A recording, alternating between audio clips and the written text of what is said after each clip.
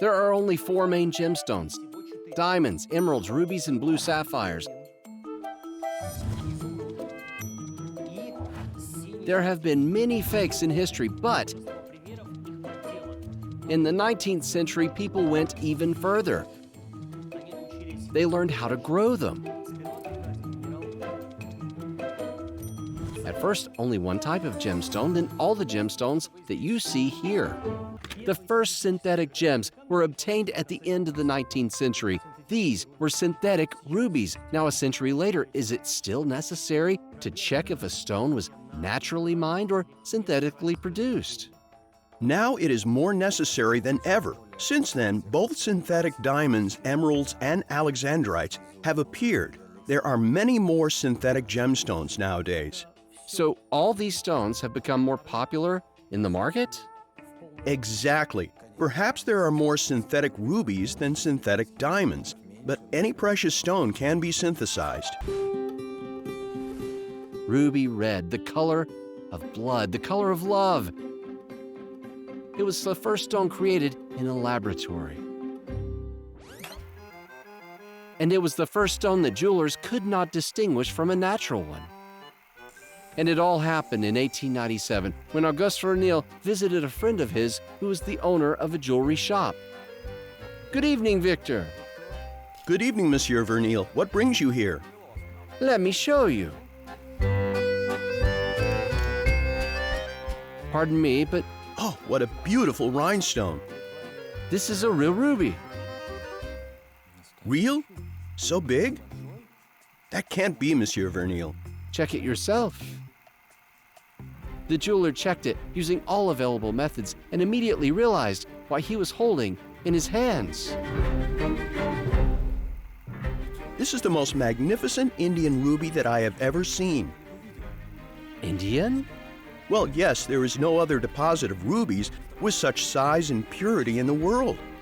I congratulate you, Monsieur Vernil. This is the greatest thing I have ever seen in my life.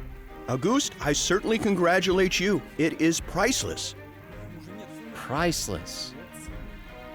Yes, it was a victory. After an unsuccessful press conference, Vernil proved, with the help of experiments, that the rubies created in his laboratory were indistinguishable from natural ones, or almost indistinguishable. So what kind of technology did he use? The technology was later named after him, the Vernil process. So a ruby consists mainly of aluminum oxide, Al2O3. That's what the scientist was able to synthesize. In a special furnace, he melted a mixture of oxides in the heat of a hydrogen-oxygen flame. The resulting dewdrops began to settle on a previously prepared tiny ruby, the seed crystal, and they formed a clear ruby structure. The single crystal, or bull, slowly became larger, and as the new droplets kept on settling on it, the result was an elongated gem with a conical shape. Gorgeous, clean, big, but unnatural. But if you don't know its origin, who cares? But some people did care, and still care. Good evening. Hello. You've come to a jewelry store to buy a ring. You see two rings. The stones that are inserted in them look the same, only the price differs. One ring costs $900. The other ring costs $2,000. You trust the jeweler. Which one do you choose? That's hard. I don't know. Probably this one? And why? Well, it's cheaper. Well, the one that's cheaper. This one. Why? Because they are the same. Why pay more? Well, of course I will choose the cheaper one. The cheaper one? Exactly. Next, the seller comes to you and says that this stone is synthetic, but this one is natural. Synthetic means that this stone was simply manufactured in a laboratory, and here it is, a natural stone. This means that it was extracted from the earth, processed, and inserted into the ring. Well, I'd choose the natural one then. The natural one, I guess. The natural stone, yes. Well, it will be more valuable for me personally. The seller offers you a super sell of the day. You can buy this ring for the same price. It has a bigger stone and looks much better, but Synthetic gemstone. No, I'll choose the natural one anyway. I would still buy the natural stone. I mean, I am more interested in the quality. The quality is identical. How so? This one is artificial and this one is natural. The natural stone for sure. I like its design better. That's who cared. People did not want to buy synthetic stones. Yes, they are identical to natural ones. Yes, they had the same physical properties and the same crystal lattice. Yes, they were cheaper, but no. Today, you can make almost any precious or semi-precious stone in a laboratory. In addition to the vernil process, which is suitable for the production of rubies and sapphires, the Czochralski method is widely practiced. With its help, rubies, sapphires, and alexandrites are produced. Emeralds are created by using the flux and hydrothermal methods. Malachite and opal are grown using the synthesis of low-temperature aqueous solutions. And as for artificial diamonds, 3 techniques have been discovered: the high-pressure method, the detonation method, and the high-temperature and pressure method. So, let's imagine we have a precious gem and a synthesized gem produced in a lab. Do they differ in their chemical properties or their physical properties? We can assume so because the synthetic one will have better color and there will be fewer impurities. But the crystal structure, its chemical composition, physical properties. Of course, people can grow exact replicas in the laboratory, and their composition and structure and properties are all exactly the same. Can normal people who are not professionals spot the difference between a synthesized gemstone and a naturally mined one? We can't determine this at home, we can't do it at the store, and this can't even be determined by a salesperson in a jewelry store. Even a jeweler can't tell. Only gemologists know how they can be distinguished. But synthesized gemstones aren't the only way to make jewelry more affordable. There have been many inventors and craftsmen who have managed this feat, all for the sake of gemstones, for the sake of a sparkle, for the sake of love.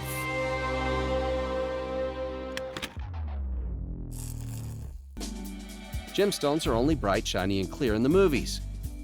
But in real life, most of them don't look so pretty. But this can be fixed, and this process is called treatment.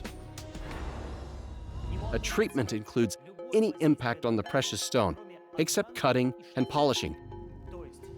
So it includes dyeing, bleaching, oiling, treating with epoxy resin, diffusing, heating, irradiation, gamma, beta neutron, and a myriad of other processes.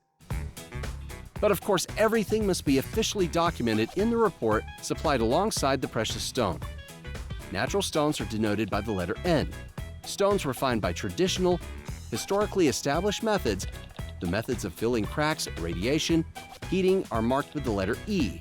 If the method is unusual or rare, the stone must have the letter T, and all the processes used must be detailed.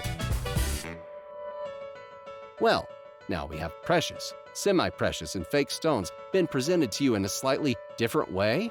God knows how many things have been done to precious stones to improve their appearance. Sometimes they might even be of completely unnatural origin. So what can we do? How can we spot an imitation?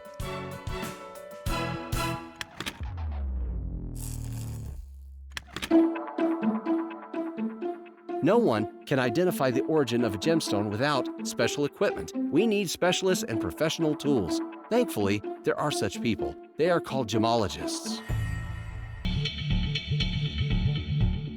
A gemological laboratory is the place where your gems will be sent for analysis so you may learn the complete truth about your gems.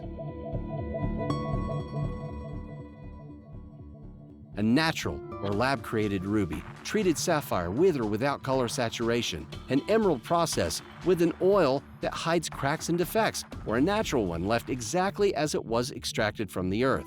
Diamonds, a girl's best friend, irradiated, which gives a blue, pink, or green hue. And there are assembled gemstones, that is, stones made up of smaller gems. They might be glued so strongly that even under a microscope you can't see the seam. The market for precious stones is huge and diverse, and there have been many innovators along the way.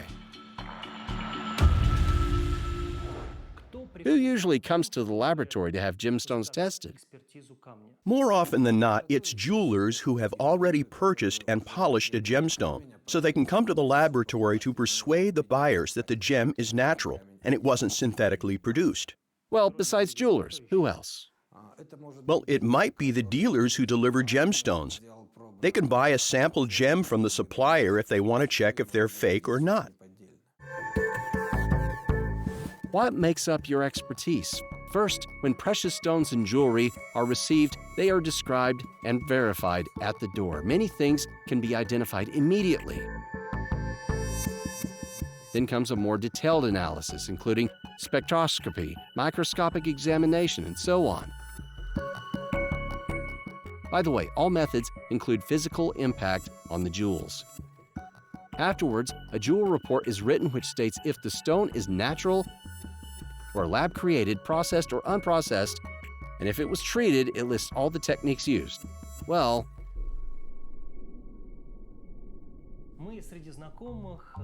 here are some jewels belonging to my family and friends.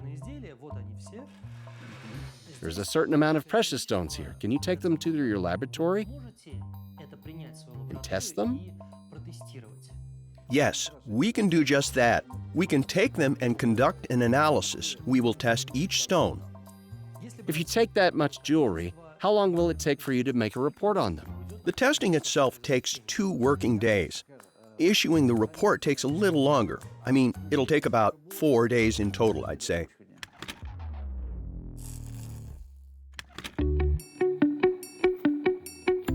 Four days later, we are back here at the gemological lab. And what did the examination determine?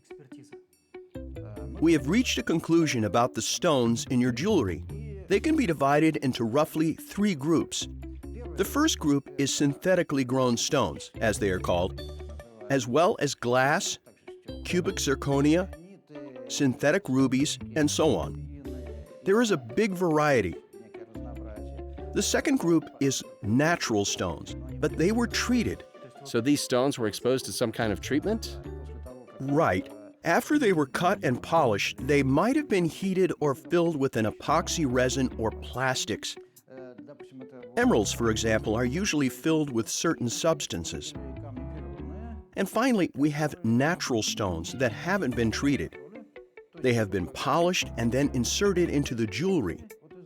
Here we have diamonds, garnet, tourmaline, amethyst, malachite, chalcedony, and natural quartz. There are many different kinds of stones here. A couple of details for our better understanding. The sapphires in the earrings turned out to be synthetic. The ruby in the ring is not natural either. Absolutely all the emeralds in all the jewelry have traces of oil treatment. The amber was treated with high temperatures and pressure. The smoky quartz was lab-produced. The dark diamonds were irradiated to produce their unusual color. And the red stone in the brooch turned out to be glass. Well, what can I do?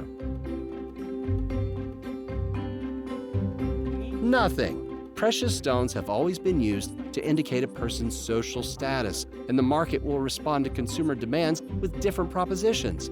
Nothing depends on the buyer. The only thing we need to care about is how to avoid being deceived, or, well, we might not bother at all. If you have already given a gemstone to your beloved, then everything will be beautiful, like it says in the song. Look at them.